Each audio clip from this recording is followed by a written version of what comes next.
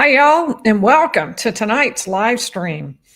Karen Read went public early, long before most people would. She told her story on national TV. She had docuseries and interviews. She told it to local reporters. And I have been very outspoken that I think her willingness to go to the media and even more importantly to social media is the reason she did not get steamrolled in trial number one. If she had stayed silent, I am firmly convinced she would already be behind bars. But we are now in trial number two, and the Commonwealth is adjusting, and they are using her own words against her. The Commonwealth is taking what Karen Read has said to the media, and it is using those words in the case against her, using those words with the jury. So, and to be honest, some of these statements feel very raw and emotional, just confused. They sound more like a person just trying to process all the trauma that came from around here. But some of the others sound more certain, and they definitely seem to be things that may come back to haunt her. So the state knows that some of its witnesses are very vulnerable. It knows that from trial number one, that some of them contradict themselves. Some of them have connections that make people really uneasy. But every time the defense starts to chip away at their credibility, the Commonwealth is pulling out another statement by Karen Read, little clips of them. So far, we've had there have been 11. We're on number 11, but number 6, I think it was, has not actually been played. So these are things Karen Read is saying in her own voice, saying things that might reinforce what those witnesses have said. So tonight, I want to explore this.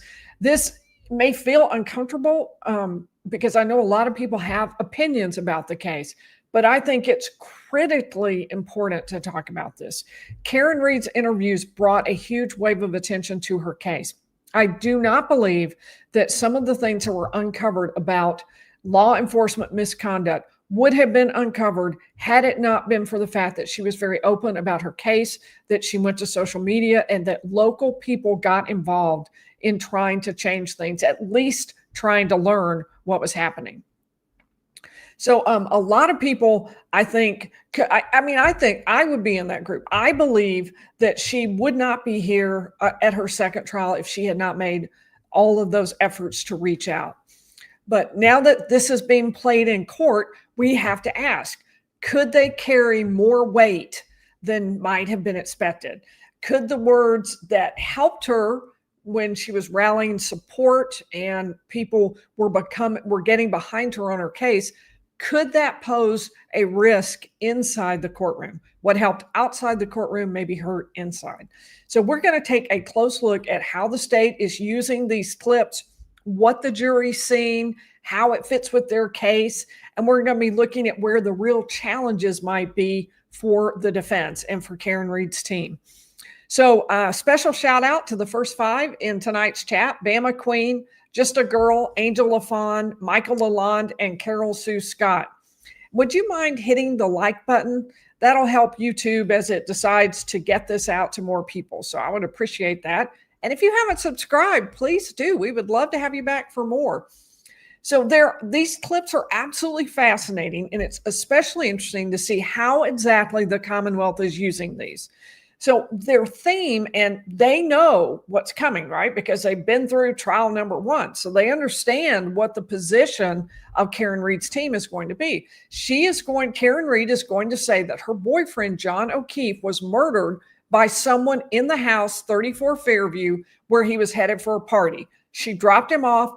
She says he went on into the house. Someone in there killed him, and they dumped his body by the road and then set up a framing attempt where they are attempting to frame her for his death. So the Commonwealth says that's not at all what happened. Karen Read backed her car into John O'Keefe, and we know it because she told multiple people, I hit him, I hit him, I hit him.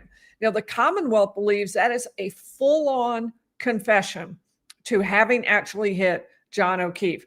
But there are going to be problems with each of the witnesses who has this information, is going to testify that she said, I hit him.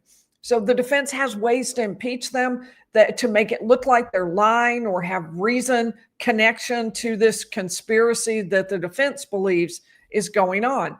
So the best possible antidote to that from the Commonwealth's perspective is to come up with a way to get Karen Read to confess. And obviously that's not going to happen with her testifying. First of all, she probably won't testify. And even if she does, she's not going to confess on the witness stand. So these statements to the media are being used as more or less the equivalent of that. And I want to start with what the defense is going to argue, a little clip from opening. They're going to argue that there is no collision, that there was a conspiracy to cover up wrongdoing by cops, maybe by the cop who owned the house where John O'Keefe's body was found in the yard, or maybe by the ATF agent who had a crush on the defendant, Karen Read. This is a little, very short clip, and then we're going to get into the clips that the Commonwealth is playing. But this is the opening from Alan Jackson. In this case, will establish above everything else 3 points. There was no collision with John O'Keefe. There was no collision. There was no collision. John O'Keefe did not die from being hit by a vehicle, period. So how did we end up here? How does Karen Read end up sitting in that chair on trial for something, for an event that literally never happened? Well, the evidence is going to explain it. And it can be summed up in the following text message at the very beginning of this investigation. A text message of a now fired Massachusetts State Police officer named Michael Proctor. He was the lead investigator on this case, and he was talking about a fellow officer, a fellow cop, who owned the property where John O'Keefe's body was found. Text message with a buddy.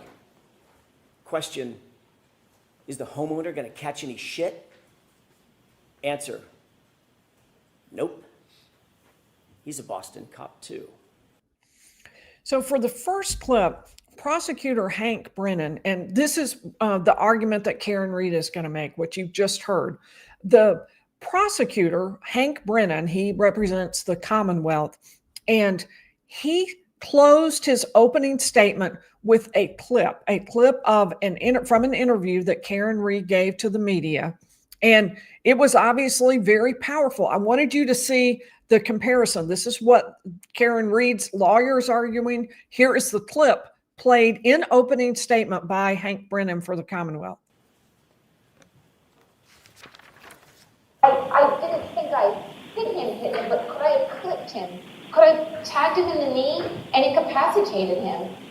He didn't look mortally wounded as far as I could see, but could I have done something that knocked him out and in drunkenness and in the cold didn't come to again? And this would have been the moment you dropped him off at the party. Yeah, would have had to. And later. So let me stop it there. Now, for a lot of these clips, we don't have the full defense. We can hear right there Karen Read saying, I didn't think I hit him. I didn't think I hit him, but could I have clipped him? Could I have tagged him in the knee and incapacitated him? And she talks about those sorts of things and the interviewer even asked her, so that would have been when you dropped him off at the party? She says, yes, it would have had to have been. So for a lot of these clips, we don't really have the full defense yet. We don't really know what the defense will do or say in response, but we do know what the defense will say about the clip you just heard. And the reason we know that is they had to get permission in advance to put that clip into opening statement. So they said, this is what we want to do. There was an argument about it and it was permitted. So, but as a result, there was notice to the defense. And so we were able to hear what their argument would be. And here it is. When she found him at 6 a.m. on the lawn, when she last saw him going toward the house, her mind started reeling, oh my God, did a plow hit him? Did I hit him? Could I have hit him? What could have happened to him? And that video clip that you saw, out of context, when she said the words, he did not look like he was mortally wounded, she's not talking about at midnight. She's talking about at 6 a.m. when she found him. That's what she was talking about. Your job will be to make sure that the evidence isn't presented to you too cute by half. She was saying all those things. Did a plow hit him? Could I have hit him? Did I hit him? She was saying that to herself and to other people. And the Commonwealth, very obviously, will try to seize on that panic and twist this into some admission. But here's the actual truth. That's not a confession. Could I have hit him? Did I hit him? Could a plow have hit him? That's a person trying to make sense of an unexplainable circumstance, a natural concern of a bereaved significant other, a woman desperately trying to piece together what could have happened on this tragic night. John didn't come home. And the evidence will show that Karen Reed never said, I hit him. Never. Not in the background of the 911 recording, not on any dash cam video, not on any audio, not on any police body cam, not to a first responder. It's never mentioned in a single report. So nonetheless, it's their argument, their response is that what you're hearing is Karen Reed questioning this, wondering, trying to make sense of this, but not confessing to have actually hit her boyfriend and to have caused this. Nonetheless, it's pretty powerful to hear Karen Reed's words where she says that.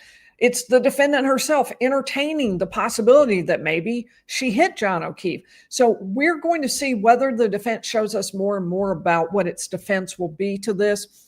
But it does raise, there are a lot of questions that are going to be uncertain. One big one is, how are they going to show more without Karen Reed herself getting on the stand? And are they going to risk more problems if they put her on the stand than if they just let it sit as it presently is? So what I want to do is go through each of these clips and kind of explain to you how the Commonwealth introduced this, because the reason this has been so effective, I think, for the Commonwealth is the way that Hank Brennan has woven it into his argument. He's talking about, he'll put a witness on and then a clip that is exactly related to that witness. He's using it over and over to shore up a weak witness. So the witness has some questions. The witness says, name your point, something really important, but there's a really blistering cross-examination. There's some serious questions about what they say or what they've said or their bias. And so the cross-examination happens and then it gets shored up with this clip from what Karen Reed herself said that goes back to the main point inside of what the witness had said. It's been very effective. To set the stage for what this next one will be, and I'll just pull this out for a minute. Okay, so to set the stage, the first witness was an EMT, Nuttall. He was a first responder, and he described the scene. It's a blizzard. There's a body in the snow. He's helping with CPR. He's doing the respiration side of it. And he said, I heard Karen Reed say, I hit him, I hit him, I hit him.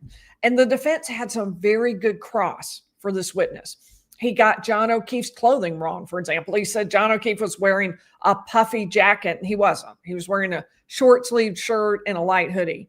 And at the last trial, the witness said that there was a swollen lump over John O'Keefe's eye, and it could have come from a fight. This time he just said, well, I can't answer that question, but he still could be impeached by what he had said last time. So it was right there that the Commonwealth inserted this next clip.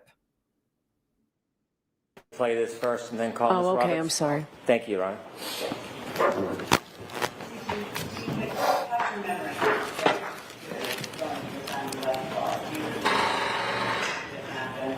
Every day they come back to you with something. I mean, how much do you remember? I remember it, but I question, do I remember it? Because it's been relived so much. I mean, when I see the video of me driving from the waterfall, like what I just described, tapping the brakes when I crossed the intersection, Washington over Sherman Street, do I actually remember that I kind of slowly proceeded through that green light? No, I don't actually remember that. But I've seen the video so many times that you then question, did I remember it on my own? Or was my memory jogged? But I also wondered, did I say could I have hit him? Or was it told to me that I said I hit him? And I knew I never could have said that, so the closest I must have said was, did I hit him? I know I said I hit him, but did I really say it as many times as law enforcement's claiming I said it?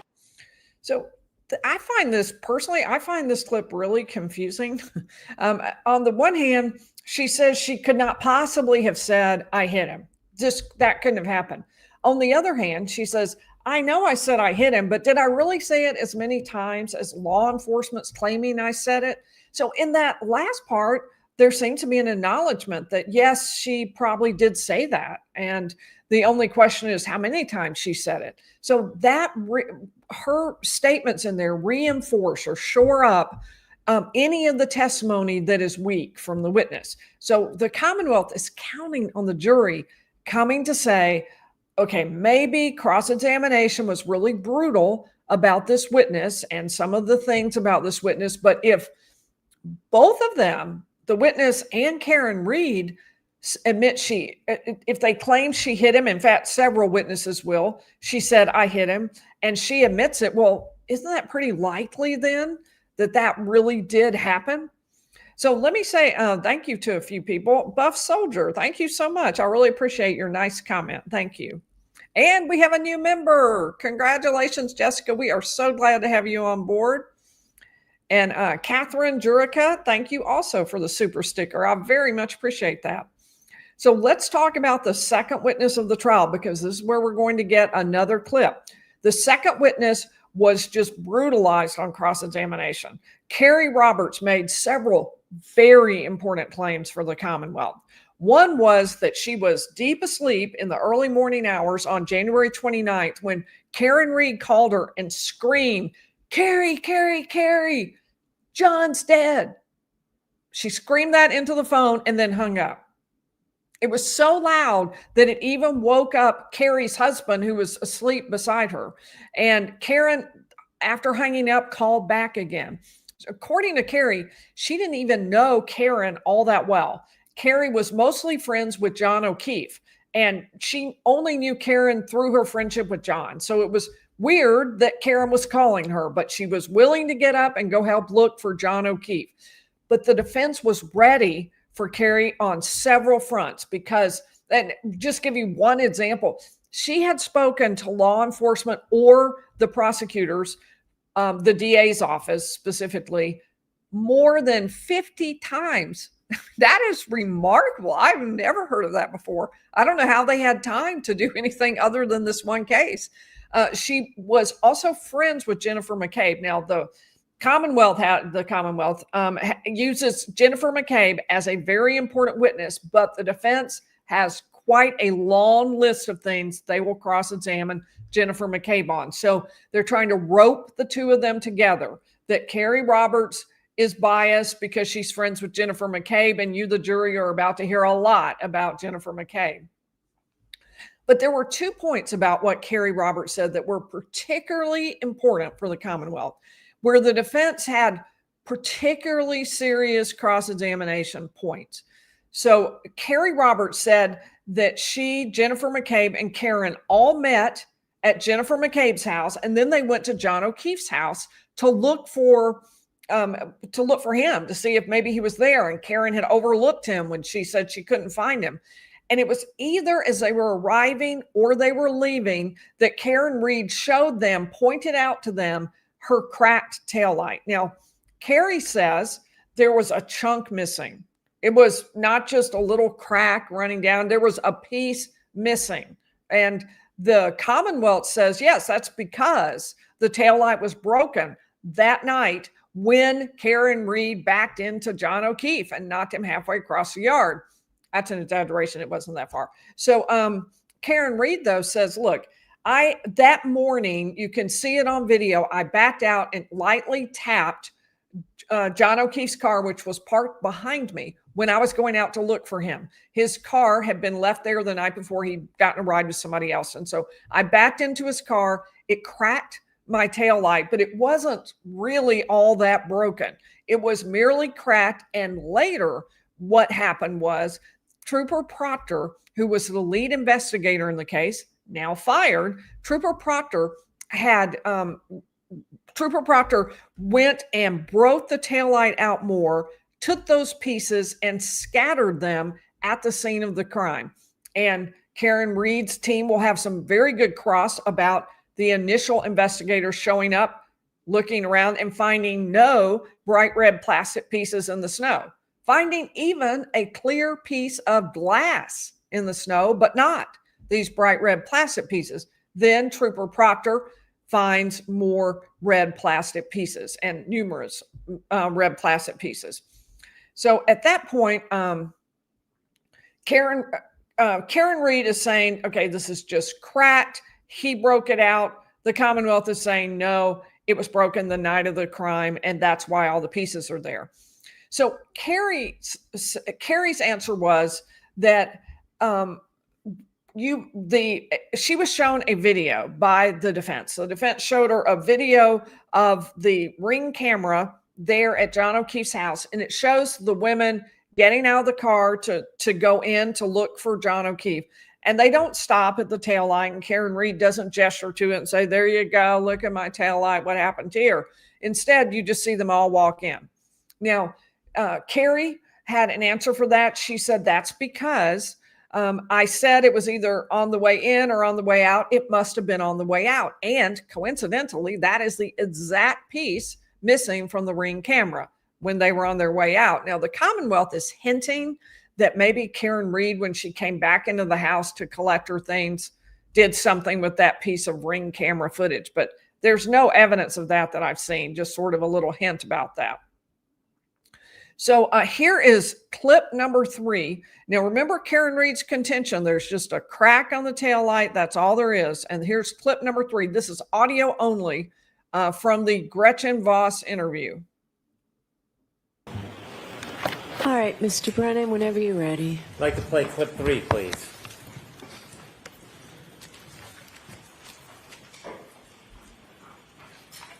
When my car was seized, there was a few small pieces of taillight missing that I had picked out at John's at 5:45 before we drove over to Fairview. I'm showing Jimmy Terry, look what I just did to my light, and I'm worried that there's going to be some kind of electric short circuit. There's the bulb is showing, and some of the red plastic's missing. So I picked pieces out of the light housing that had kind of collapsed within the light and dropped them in John's driveway. I'd like to have that marked as an exhibit, please. Okay. So the next witness after this was John O'Keefe's mother, Peggy O'Keefe. And pretty much as you can imagine, her testimony was very emotional. It was very sweet. She didn't have a ton of new facts to add. A few things she said was that she talked about Karen Reed, seeing her at the hospital, and Karen Reed running around at the hospital screaming, "Is he dead?" She also talked about John O'Keefe being bruised up, which will be relevant later when some of the medical witnesses come. And she also talked about a situation where Karen Reed told her, yes, your son, I left him at a party that night. And the mom responded, you left him? And she also told the story of Karen Reed and her father coming into the house after the incident had occurred, after John O'Keefe's body had been found and after he had been declared dead at the hospital. They came to the house and went upstairs unsupervised. And she implied, well, maybe they did something, but there was no evidence of anything specific that she supposedly did. So, and specifically, there's that little piece of missing footage that you would expect to be there. So the Commonwealth wanted to play 2 clips right after Mrs. O'Keefe testified, and they were allowed to play only one. We'll get to the other in just a minute, but they were allowed to play only this one. Right. Yes, please. Your Honor, I'd like to introduce clip number 4.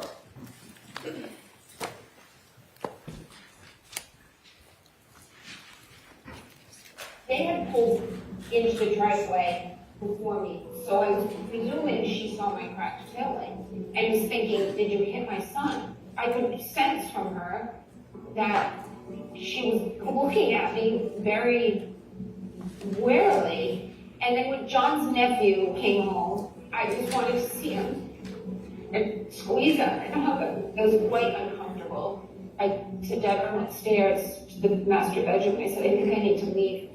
I said, I think John's mother thinks I did something to John. So, now I thought personally that this clip wasn't as powerful as some of the others. Okay. The defense said, it is Karen Read talking about the cracked taillight and her belief that John's mother is suspicious of her because she has this cracked taillight. The defense objected, though, to a much more significant clip that the Commonwealth wanted to put in. And the defense said, well, the only point of putting this in is to make Karen Read look bad. It doesn't really have any relevance to the case other than that. So the Commonwealth argued, well, yes, it does. It should come in as consciousness of guilt. So they were arguing that she was attributing all these statements and mean things to Mrs. O'Keefe, who never said them, per the Commonwealth. And the reason she was doing that was to justify the fact that the real reason she had come back to the house was to get the murder weapon, which they described as the car. So the Commonwealth believes the car is what hit John O'Keefe, and Karen Read wanted to get that and get it away from the scene. Commonwealth said she was trying to hide that broken taillight. She was afraid that would be discovered and then people would connect her to the death of John O'Keefe. So this clip, I think, is way more damaging for Karen Read. It makes her look sort of unpleasant, and she is frankly really lucky that her counsel objected and that the court took it under advisement, because I think it would have been way more devastating for her if this had actually been played right after Mrs. O'Keefe testified, because Mrs. O'Keefe just cried and was so overcome with emotion during this. It was a moving time. In fact, so much so that the defense just got up and said, I'm very, very sorry for your loss, and I have no questions for you. And that's all the attorney said, and he sat down. So it would have been devastating to follow that up with, I think, the video clip you're about to see. But the judge thought about it overnight, and the judge did allow that clip in today. So the jury has seen that, but I think Karen Read was fortunate her attorneys made a good enough argument. It at least delayed it. I think it would have been worse.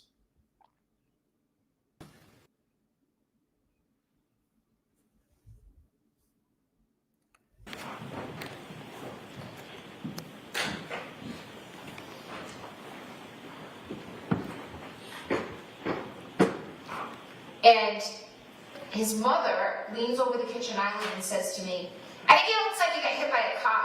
It looks like you got hit by a car. All right. With the court. So up until now, the Commonwealth has been using these clips right after a witness has been impeached, I think, except for Mrs. O'Keefe, to try to show that what that witness said really is accurate. And how do we know? Because Karen Read says the exact same thing.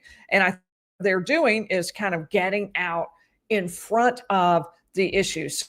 They let the cross-examination come in, and then they come back with, yeah, well, Karen Read says the same thing each time.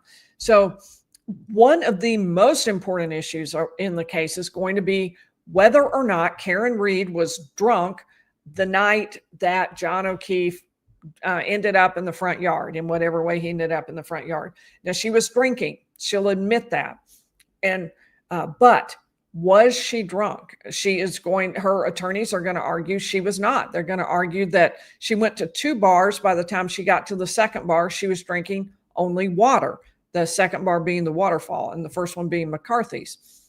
So whether or not she was actually drunk is an important element of one of the 3 charges against her. And it's important in general. If she was drunk, maybe she wouldn't notice what had happened. Maybe she wouldn't even realize she had killed John O'Keefe. And maybe she shouldn't have been driving. Those are all things the Commonwealth is going to argue. And frankly, that's problematic for Karen Read. But up until now, she's argued, yeah, I didn't have that much to drink. I wasn't drunk. So they played not one, but several, 5, in fact, different clips about drinking. At least one is an audio only clip, but some of the others are videos. You're about to hear them. We'll go through one at a time and then talk about them. And thank you, C.A. Beverford, and I really appreciate that. Could I begin with clip 7? Yes.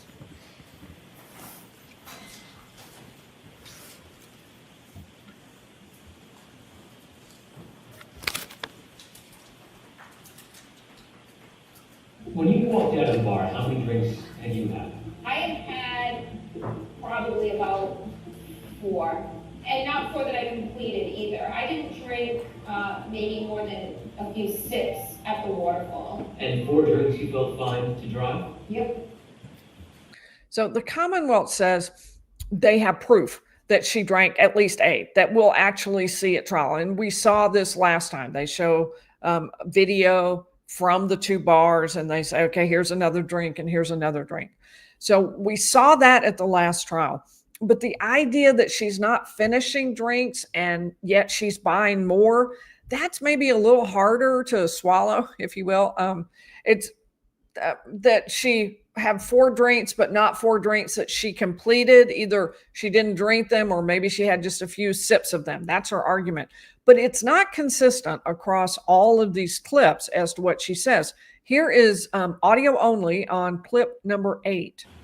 Clip 8, please. Okay.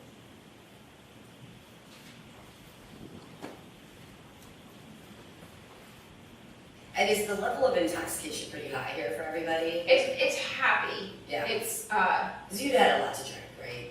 I wouldn't say I'd have like a normal amount. Like a vodka tonic every 40 minutes. Okay. And so are you feeling like buzzed? And I'm not judging, I'm just trying to get a sense. Buzzed. Yeah. So the vodka tonic every 40 minutes is going to be hard to explain, I think, because she was only at that first bar for something a little less than an hour, I think. And then she went to the waterfall where she says she drank water or drank nothing, maybe sips, depending on which of the clips you're paying attention to. But yet, in just like roughly an hour, she had multiple drinks, she's saying here. And a vodka tonic only every 40 minutes, you can't have multiple drinks in just about an hour. You could have one, maybe one at the beginning, one in the middle, and one after 40 minutes, and that would be it. So it doesn't quite match up. It starts to show some contradiction between the interviews. So let's take a listen to clip number 9. Clip 9, please.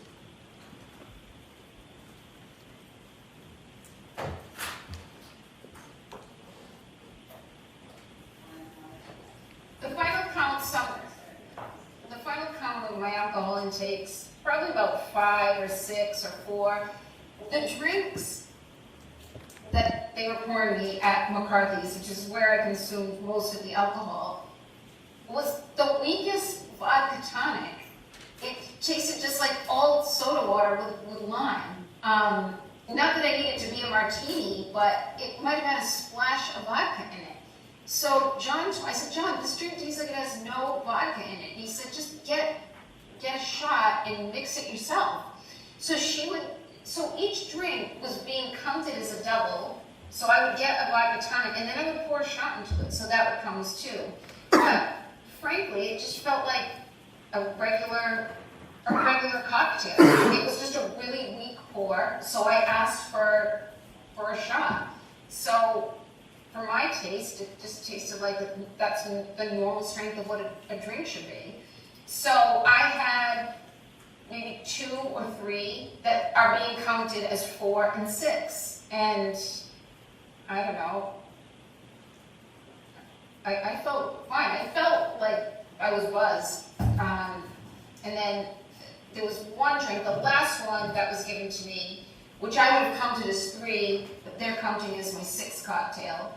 The guys that we were with brought around shots, and they gave me one that I didn't drink, but I poured it in my drink. So that's now my 5th and 6th drinks, with the 7th, which is a shot that all the men did, and I poured it. So that one glass that I'm holding, that I go into the waterfall with, has 3 drinks in it, a vodka tonic and 2 shots. And which is why John said to me, you're not leaving that drink here, like you haven't touched it and just poured a bunch of vodka. He's like, just take it with you, which was something he always did. So then I go into Waterfall and I put that drink down and I socialize most of the time.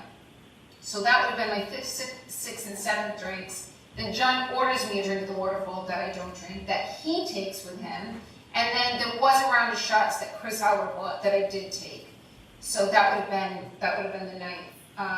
But I did not consume 9 vodka martinis or take 9 shots, depending on how you count it. And the last 2 drinks I didn't touch. So I am curious, what do you think about that? What do you think about that clip as, you know, our, we'll be the shadow jury. I'm very curious what you think about that. Let's talk for just a minute. I'm going to pull this out so we can talk a little bit. So, and I want to say thank you to Mildred, who is wondering how on earth this occurred. How did they allow her to do this interview? Clearly, I think they would have to be saying to themselves that it would be, and one thing they shouldn't have talked about was the alcohol. You can just hear the contradictions in what she's saying. And I'll wait and get some of your thoughts. I should probably do a post. Yikes, sketchy, hiccup. Why these clips were not in the first round? That's a good question, Scott. This case is not about other people drinking. I think she was hammered. Okay, so we're getting a lot of comments over here.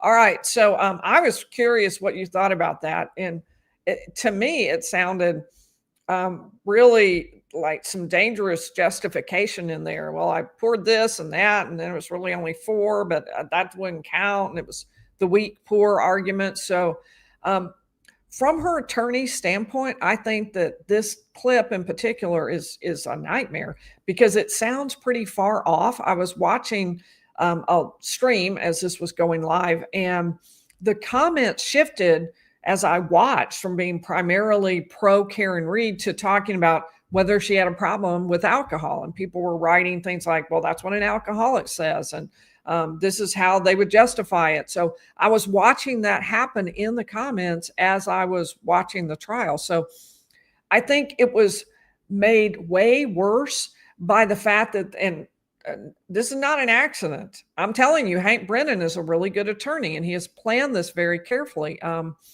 They had just had a witness read the final day's worth of text messages between Karen Read and John O'Keefe. And we can cover those another day. There were a ton of them. And I want to focus on these clips because I think they are so important. But there were some of these that were really, really relevant. I was just going to read you a couple.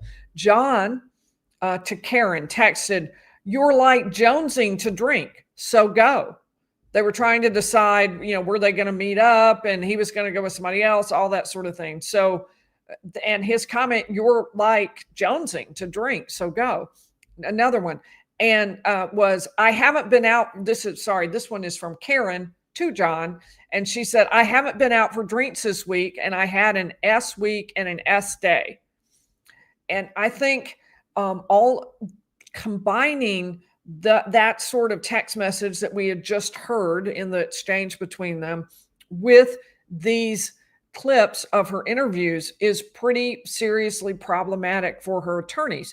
It helps the Commonwealth, as they want to suggest she was a drinker. She wanted to go out drinking. She had a lot to drink that night. That's the kind of argument that they want to make.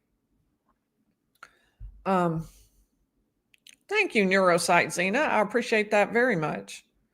And Mildred also mentioned about how she did compare herself to OJ at one point. I don't know whether any of the jurors would know that, though. The voir dire was really aimed at trying to make sure that only jurors who did not already know about the case, who had not already formed an opinion about the case, would get on the jury. Ideally, they would know as little as possible. So I don't know how much they would know about that, but you're absolutely right. And Neuropsych Zena, I really appreciate that very much. Thank you. And Daniel has a good question. I'll get to that in just a minute. Okay, so let's watch clip number 10 next. Clip 10, please.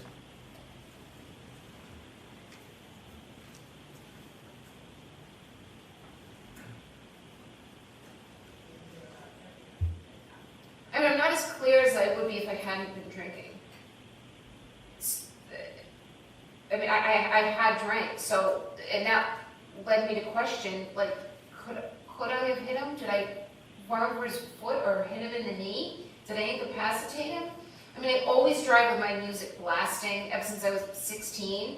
And I know when John got out of the car to go into Fairview, I know my car was blasting because when I got in it the next morning to go look for him, I had to immediately turn it down. And I don't know, it's stormy. I have had a few cocktails. I didn't black out, but I wasn't as lucid as I would have been if I had gone to bed at 9 and drank a tea. But so I was fuzzier than I would have been if I had had no alcohol. So I think this is problematic because it combines a different elements. Let me go ahead and remove that and talk to y'all a minute. It combines a lot of different elements. She's talking on the one hand that she was drinking, and she says she was not as lucid because of it. She was fuzzier because she was drinking. I mean, she says that in the clip. And she had the music up really loud. You combine that with her speculating. I mean, she combined it with speculating about whether she could have hit him. And then the question, well, maybe she wouldn't have heard the thump when she hit him. Maybe if the music was so loud, she was fuzzier, maybe she hit him. She herself is saying this. If she has those sorts of questions, then surely the jury is entitled to at least entertain those. Now, obviously, they have to be convinced beyond a reasonable doubt. That's going to be a different standard for them. But you can hear how she is opening the door to all of that, that she's creating a lot of questions around this. She's creating these questions for herself in this trial because these clips are being played because of what she said to the media. Now let's do clip number 11. Clip 11, please.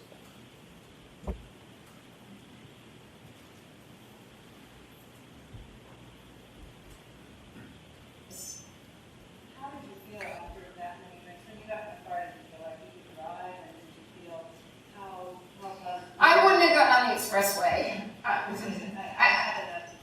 wouldn't have gotten on the expressway at 12:15 on January 29th. I mean, it was quiet. The roads were very quiet. You can see it on the videos. And I was going, you know, when I've had a few drinks and I drive, I always drive extra slow. So I know my alerts aren't as sharp as they should be. But I shouldn't have been driving. But I don't think I was driving. I know I wasn't driving recklessly. I mean, I've got plenty of video of myself driving all over the place. I put my car in John's garage, which is incredibly narrow, and I had a very oversized SUV. You see me, there's a video of me driving through the intersection when we leave Waterfall to go to Brian Albert's, and I was always taught by my father, even when you have a green light, you always should tap the brake. You don't know who's going to run red. And I see me doing that multiple times between 12 and 1 and 5 and 6 a.m. So I know I was driving safely, not as safely or as alert as I would be if I had no alcohol. But I was not driving recklessly by any measure. So I'll go ahead and pull that out and let's talk. I think there are all kinds of problems for Karen Read that come from that last segment that they played. First of all, she actually states, quote, "I shouldn't have been driving." That's like really serious. And she says she wouldn't have gone on the expressway. I guess she felt her driving. I mean, the way I heard that was she was saying her driving was possibly impaired, therefore she wouldn't go on the expressway. I did wonder because the intro to that is sort of blurred. Could she have been talking about the weather? And I couldn't tell for sure, but given what she then talks about, she talks about how she has plenty of video of her driving and she doesn't think she was driving recklessly. But nonetheless, I just think she says, I know I was driving safely, not as safely or as alert as I would be if I had no alcohol, but I was not driving recklessly. These are just brutal. I mean, and it is, I think, exactly what Mildred said, which is just an unforced error. These are self-inflicted wounds right here. Thank you, Candace. I appreciate your super chat. Let's take a few questions. I want to go ahead and do a little sum up, but go ahead and put your questions in. If you would, put your question marks at the beginning, and I'll be able to spot them more easily. So I think what we can see in these clips is that the Commonwealth is using Karen Read's own voice, clipped it, packaged it, placed it right in the middle of the case. And they're doing it so strategically. They're doing it every time they have a witness who might be wobbling on cross-examination. They drop in another clip and they have Karen Read do the talking. And the defense did what they could, I think, on what they've been able to deal with so far. They talked about the contact. They explained there might be some confusion and here's why. And they reminded the jury, okay, this woman has been through a tremendous amount and she had a very horrifying morning, and therefore, obviously, she's going to be a little fuzzy about all of it. But yeah, I think some of the tough part is that some of these clips don't appear all that raw or emotional. They happened significantly after the event. It wasn't like they were the same night of the event or at the police station that night, anything like that. Some of them, when you line them up with what the Commonwealth's witnesses say, they then match up.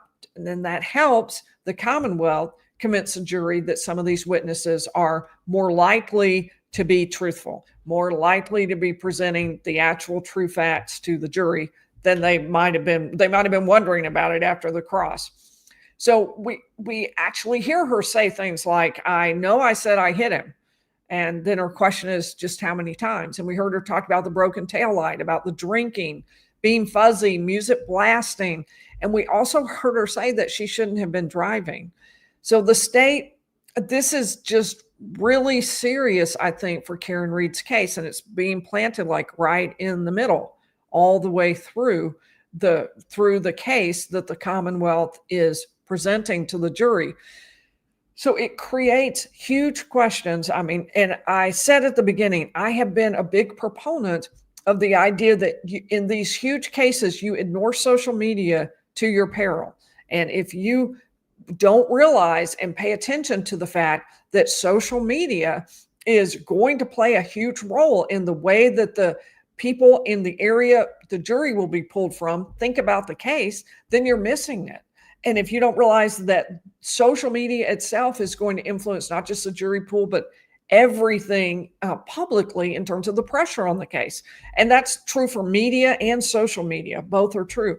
So I think I continue to believe that she had to make her case public. I am thinking, though, that the decision to let her do interviews herself has created significant problems, and it's going to create problems throughout. We don't know that this is all the clips that Hank Brennan has. He may have more. All we know is so far he's used 11. Actually, he's only used 10. He's called this last one number 11, but we were missing number 6. So we don't know what that is yet. By the way, for those of you who are wondering, tomorrow night is the big award. We will be announcing our green chili chicken enchiladas winner. We had a contest based on the Lori Vallow Daybell case, and Adam Cox is, even as we speak, he has tested the enchiladas. There is a winner, but we don't have it yet. It hasn't been submitted to me, but tomorrow night you will find out who the winners are. So if you were one of the finalists, make sure all your friends and relatives are watching, because I don't know who's going to win, but it should be exciting.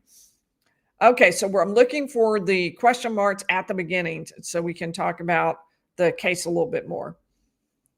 I was too far up. That was my problem. Now I'm too far down. We'll see we'll see if I can find where I was. I also, I wanted to go back and answer Daniel's question. He wanted, can you recap the reasons that her attorneys approved of her doing all these interviews? What were they thinking, right? Other than gaining more support, including money, because she did get something over $800,000 toward her legal fees. Think about Luigi Mangione has done the same thing and collected a lot of money. What were they hoping to gain? Daniel, it's a great question. I really do think their belief was that if they didn't go public, nobody was going to pay attention to the case. Nobody was going to realize that there had been a flawed investigation, that the law enforcement investigating her really was biased against her. That's actually been, I think, proven by the fact that they investigated Proctor. We saw his text messages about her in the last trial. He's now been investigated and he has been fired and is no longer a trooper. And I think that says something very powerful about the investigation. And I think she believed that if she didn't go forward, people were not going to realize what was going on. They would have no idea about this. And so it would simply be, and it would be almost impossible to get these sorts of facts without the investigation that went on federally. She didn't control that. She didn't even start it. But I think a lot of that had to do with the pressure that got placed on there because she was very public about what was happening to her. I think that was important. But are these going to hurt her in the case? I think they will. I think these comments are going to be really problematic. Can she recover from them? Yes, of course. We haven't even heard her side of the case yet. We've got plenty left to go. But does it matter? Yeah, I think it very much matters. So I think what they were hoping to gain, I don't think they even started off thinking that it would be something financially. I think that ended up being something that was significant because they did collect a lot of money. But I think it also was because of the fact that they felt like it would be important to present their case publicly and to see if they could get the public support as they were doing their investigation. Thank you, Mel. I appreciate it. And I have to thank Mel twice for 2 super stickers. Thank you. And I appreciate your nice comment about the videos. Thank you, Mel. All right. So let me head back over and see what question marks I have with question marks at the beginning. Because that's the only way I'll spot them. And even now I'm seeing that I'm not spotting them. That it is hard when you kind of zip through here. Oh, wait, there was one. Tiff. Okay. Can law enforcement give citizens a retroactive DUI if they weren't on the scene? So they actually, in this particular case, they actually tested Karen Reed the next morning, and she was still, they did some calculations and so forth and concluded that based on blood alcohol testing, she was intoxicated. The question everybody has had is, well, is she the one who hit John O'Keefe? Was she even hit by a car? So that was what the case was about. But in this particular case, they actually have some evidence that she was intoxicated back at that time based on an actual blood alcohol test done at the hospital. Okay. Let's see. Chico Karen. Did Karen Reed get paid for her interviews? Because otherwise I don't understand why she did so many. I don't know the answer to that. If anyone knows, drop that in the chat. I would like to know that too. I don't know. Zencat wants to know, why did her hero cop boyfriend let her drive drunk? Well, I don't know. Maybe she was the designated driver. I mean, they were both out drinking. He started even a bit earlier. I don't know what their arrangement was or what he thought about it. And he knew she was going out drinking. I mean, and said, "You're my ride." So he didn't seem to be concerned about it. How many hours were they out that night? They were out different amounts of time. First, John O'Keefe got together with a friend. They, according to the friend who testified, they were celebrating the fact that both their girls got into the same school. Their girls are close friends. And they then, so the two of them then went out, John O'Keefe and the friend went out, and they were at the bar. Karen met them there at McCarthy's, and then they went to the Waterfall Bar. So he had been out a bit longer than she had been out, and she wasn't out very long. She was still riding him at 8 o'clock, waiting for the plumber. And then I think they shut it down maybe at 11, but I don't think she got there until, we have the exact time, but maybe like 8:45 to 9:50 or something like that. We'll have to pull out our timeline. Was when she was at the first bar, and then they moved to the Waterfall Bar where they ran into the Alberts and Brian Higgins. Emotiva, the answer is yes, that is true. Cut to the chase. Why skip over Jackson destroying Roberts on the stand? What we're doing tonight is, and we've covered other things on different days. Tonight's video is about the clips that the prosecution, the Commonwealth, is introducing and what effect that is having on the case. And one clip was introduced right after Roberts' testimony. We talked about that and what some of the cross was, and then how the clip was used by the Commonwealth to try to fight that. Okay. Truckee, was a retrial already scheduled when she did the interviews? Yes, I think it was. I mean, as far as exact date, I think the answer even to that is yes, but definitely the idea that there would be another trial, barring the appeals being successful, that was something that was expected. Doesn't music in a car automatically decrease, asked WD40, when getting navigation directions or warnings? I don't know. So maybe you're suggesting that as she was backing up, if you were getting near somebody, it would be beep, beep, beep, and maybe it would give you that warning.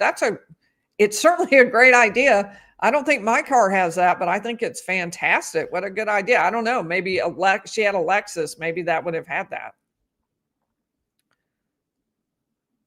Okay. Lita says she only put one question mark, and please read her question. Oh dear, Lita. I don't know if I can find it in here. You may have to write me offline because I don't know if I can find it. Maybe put it in down at the bottom. I don't know how I can do it. I'm so sorry. I would like to be able to answer your question. Elena is from Spain. Wow, it's fantastic to have you watching. Thank you very much for watching. Okay, so let's head back to where we were in the questions. AC in Tuck, if a vehicle hits a human body, doesn't it always leave at least bruises on the body? Huge argument that we heard a lot about in the first trial, because Karen Reed's team argues there's no way John O'Keefe had enough injuries on him that he looked like he'd been in a car wreck. Instead, he had this hit on his head and he had one eye swollen. By the time he got to the hospital, he had two. Now, the two sides differ on what that means. We are going to hear this time something different from the first trial. We're going to hear from people about the cause of that single wound on the back. What exactly did he hit? Did he hit a smooth, solid surface? Did he hit a surface that had a ledge on it? We're going to hear more about that. We don't have all the details yet, but we'll be hearing that testimony coming up. How will Karen's attorneys do damage control? Asked Carol Sue Scott. They are fantastic attorneys, so I assure you they have already thought of multiple answers. They are already preparing. Although I do think this. I think the way this has played out is far more intense than they probably imagined. I think that Hank Brennan has done an amazing job of just plopping them in right where they would be most effective. And I don't know that her team might have anticipated that, but they will have answers on these clips. They're going to be ready. They're going to figure out how they're going to do that. I mean, some we already know. More we'll find out as the trial goes on. Why have two Commonwealth witnesses been allowed to reference the first trial? So they're not supposed to be referencing the first trial. We did hear Carrie Roberts mention the first trial and her testimony at the first trial. So that's not supposed to be happening. At one point, the judge actually called the attorneys up just after there had been some discussion about it, because this jury is supposed to believe that it's the jury in the case. And the fact of the matter is that's now true, because the first jury was unable to make a decision. So this is the jury for the case, and they have to decide not based on what any other jury did or thought. They have to decide what's presented in this particular trial. How did the cocktail glass get out there? Did he drop it on the way in, or was it brought back out? Well, that is going to depend on what you think happened here. But Karen Reed says, and I believe that's even on video, that he took a glass with him from the last bar where they were. Remember, she said in one of the video clips that we watched that she didn't drink her last drink and John took it. So he took it with him. He had the glass with him, and a piece of that glass was found there at the scene. I don't know if the whole cup was found, but definitely before they found any of the red pieces, they did find at least one piece of glass from that glass that night. Thank you, Patricia. I appreciate that very much. Well, we will be live tomorrow night at 7 p.m. Eastern. Lita, send me your question separately. I'm so sorry I couldn't find that, but I will look forward to seeing you all at 7 p.m. Eastern tomorrow night.